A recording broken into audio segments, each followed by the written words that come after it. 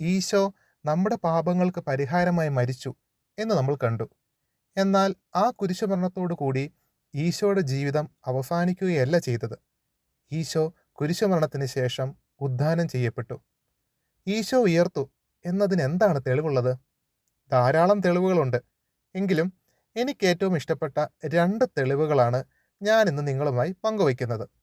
ഒന്നാമത്തേത് ലാസറിനെ ഉയർപ്പിക്കുന്നതാണ്. ജൈറോസിന്റെ മകളെ ഉയർപ്പിച്ചതുപോലെ ഈശോയ്ക്ക് ആ ദിവസം തന്നെ ലാസറിനെ ഉയർപ്പിക്കാമായിരുന്നു. എന്നാൽ ലാസർ മരിച്ചതിന് 3 ദിവസം ശേഷമാണ് ഈശോ ലാസറിനെ ഉയർപ്പിക്കുന്നത്. ലാസറിന്റെ ഉദ്ധാനം വഴി തൻ്റെ ഉദ്ധാനത്തെപ്പറ്റിയുള്ള സൂചനയാണ് ഈശോ ജനത്തിന് നൽകിയത്. ഇനി രണ്ടാമത്തേത് ഈശോയുടെ ശിഷ്യന്മാർ എങ്ങനെയാണ് മരിച്ചതെന്നതാണ്. പത്രോസിനെ തല കീഴായി കുരിശേ തറച്ചാണ് കൊന്നത്. മത്തായിയുടെ തല വിച്ഛേദനം നടത്തി. ബത്തലോമിയയുടെ ത്വക്ക് ഉരിഞ്ഞാണ് കൊന്നത്. ശിമിയോനെ വാൾ കൊണ്ട് 2ആയി മുറിച്ചു കൊന്നു. തോമസിനെ കുത്തിക്കൊന്നു.